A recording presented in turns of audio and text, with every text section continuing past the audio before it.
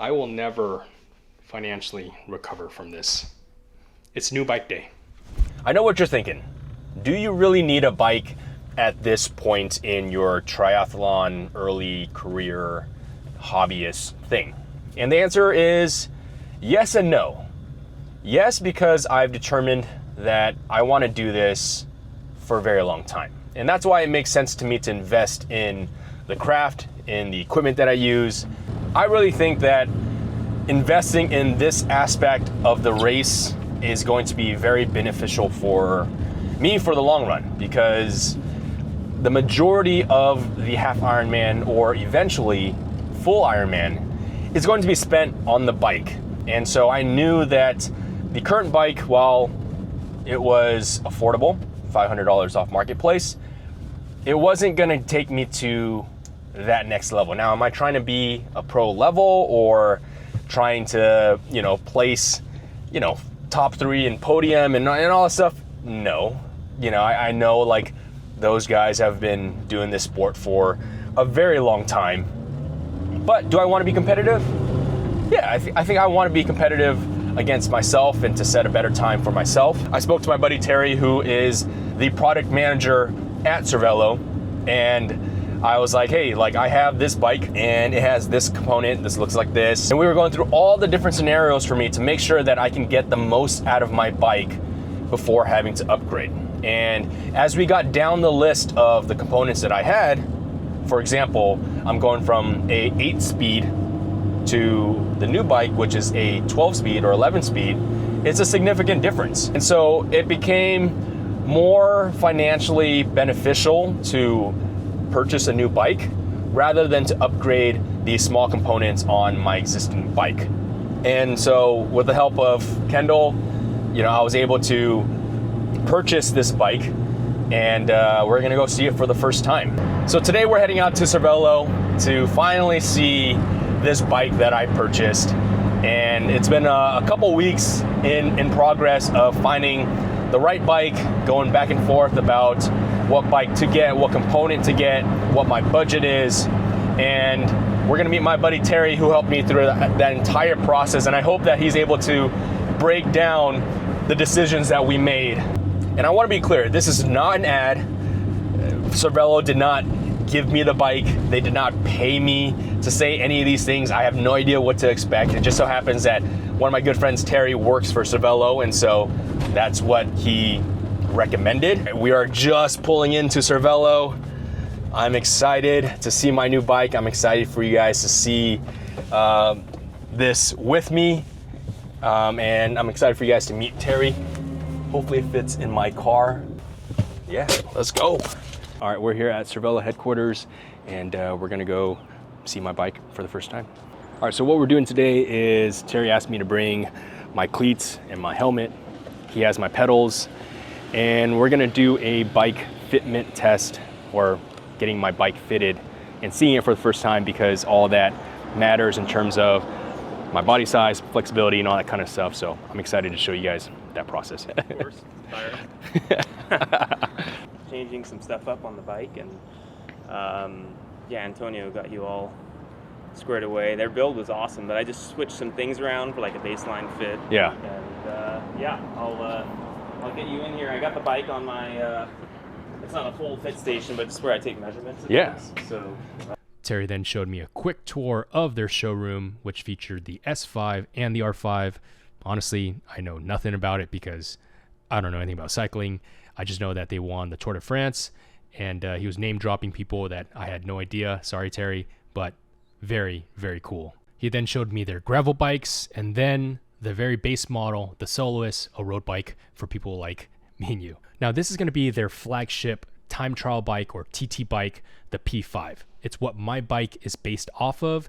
This bike just has way more components that make it super fast and super light. For example, I think it's about 1.5 pounds to 2.5 pounds lighter than my bike. Yeah, and for me it was exciting too, because TriTown Boise, they're awesome. They're a long-time Cervélo dealer, heavy tri roots, and they're one of the first shops or dealers or relationship points where I reach out to them for feedback, letting them know what direction I'm going, and they're a good sounding board, and a really, really strong team there. It makes me kind of want to almost move there just so I can go by their shop on the way home from work. Yeah. Now this is my brand new Cervelo P Series bike, P105 to be exact. It is the base model of their time trial bikes, and it's the perfect starting point for where I'm at in my triathlon journey and for years to come. There you go. And so what I'm doing right now is getting fitted for my bike. Now fitment is everything, and it's important because if you're riding for 3 to 4 hours with your body all out of line, you're gonna get injured. To be honest, this is the highest I've ever been on a bike, and it's kind of scary once you're clipped in, but what Terry is having me do is just ride. He's watching the way my body is reacting to the seat height and seeing whether or not my knees are locking out. Are you locking your leg there at the bottom? No, not really. This is how the shifting works. Basically, easier would be back like that. Oh, well. So now, let's have you get your arms in here. See, we are similar proportioned, right? This is Does it feel insane. This feels legit. Like I shouldn't be doing this. This is the aero position I need to maintain to be efficient on the 56-mile bike ride, and it promotes maximum power at low effort. This is gonna feel good to you. Yep. So I feel like my hip flexibility is like not there, but I'll get there. Oh, but this feels seems like you're hyperextending a bit. on my left side. Yeah, I think I just need to. I need to chop the seat post a little bit. I'm jammed down in the frame all the way, so he's gonna pop off real quick. So what Terry's gonna have to do is take off my seat post and cut it so that I can go just a bit lower so that my knees aren't locking out at the bottom of my pedal. All right, so I got the bike from TriTown Bicycles out in Boise, Antonio, and Dominique. Hooked it up there and sent the bike all the way from Boise. So shout out to Antonio and team for doing that. And yeah, it's kind of cool. They included like all these things that I should probably look into once I get home, but tire pressure recommendations for road tires or gravel tires. They know I'm going into the sport, and so they included some strength training, service checklist. Pretty cool. They included a 70.3 documentation on how to build and prepare for the 70.3 training. They know I'm getting into the half Ironman, so they included this. Super, super cool. Just the attention to detail. And when I was talking to Antonio and Dominique over there, they were super helpful. And yeah, I'm excited to get started on this journey. And I couldn't have done it without TriTown and Terry here. And so, all right, so this is the P105 Cervélo tri-bike, and there's a couple reasons why we went with this option. One, obviously, the aero bars, getting me into aero position to be more efficient while I'm riding. But also two things: the storage. There's a bento box here. I can put like goo gels or things that I'll need fuel-wise, and also there's a storage component here that I can put whatever I need for emergency, other storage, and it just locks away like that. It fits in here. Pretty cool. Terry's back with the seat post, and it may not look like much, but every millimeter matters. From the seat post to the distance from my aero bars to how high my aero bars are, and to even the position of the seat itself, in addition to the seat angle. It's a lot. And it only goes to prove that I know so little in this aspect of bike fitment. And I'm honestly lucky to have Terry do it for free, because when I was shopping for bike fitment, people were quoting me up to $350 to get fitted. That's why I wanted to bring you guys along on this journey with me, because it's so much stuff I have to learn or think about and prepare for just to get to the start line. Even though it looks like minimal adjustments, they will add up on those longer bike rides. Let me see here. So see these bolt holes from above? Yep. We, Antonio and his team built it here in the midpoint because this slug can move. Oh, right? okay. So, so this is not where, it wasn't here, it was in all the way and he had you here. Mm-hmm. I'm going to move this here. That's actually going to be about a degree of seat tube angle. So that's going to put you to approximately 79 millimeters. Sorry, 79 degrees of seat tube angle. And I want to see how your body looks at that. Okay. But I'm going to have to raise your saddle when I do this. So, but it will be the same, meaning as you go forward, you get closer to the BB. So whenever you go forward, like you have to do it like that. Right? I see. So it'll be the same delta from your hip to the pedal, but I need to offset it. So This is cool. This is like when like F1 does like all the data and stuff like that, and then they go back and forth of like what needs to be changed. This is this is how I see this. Yeah. Oh yeah. That's it. This feels more. Less. Yeah. Less like hunched. Like yeah. Cool. Your pedal stroke is looking complete. You're looking like it's less arduous at this point. And so. Yeah, I think like before it was like left and then, you know, like stepping down. Yeah.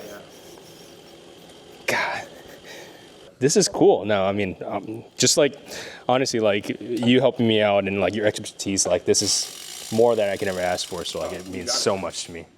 You're actually looking pretty good in that position as a good starting point, and then and then we're gonna go from there. This has been a good exercise too for me because, like, historically speaking, people would put you on a 54 probably, and here in this modern fit, you're fitting very nicely, like centered on a 56, which is kind of cool. So make a quick, ever so quick adjustment on it. I'm gonna use a work stand in the back. Don't worry, I'll bring it back. I'll bring back the baby. I'll be right back. All right, we are officially a Cervélo bike owner. That feels insane to even say. Shout out to Antonio and Dominique over at TriTown Boise. I'll link their website down below.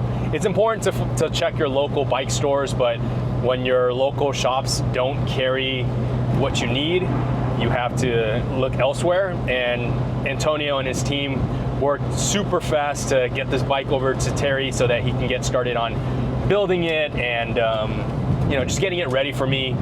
And they're super thoughtful, super nice. I talked to them over the phone, and even the little care package that they sent. Yeah, I'm super grateful for their help and anything that I need, because now that I have a relationship with them, like I'm just gonna go to them just because their service was amazing. Not to say that your local bike store may not have the same service, but for me, I'm very loyal that way.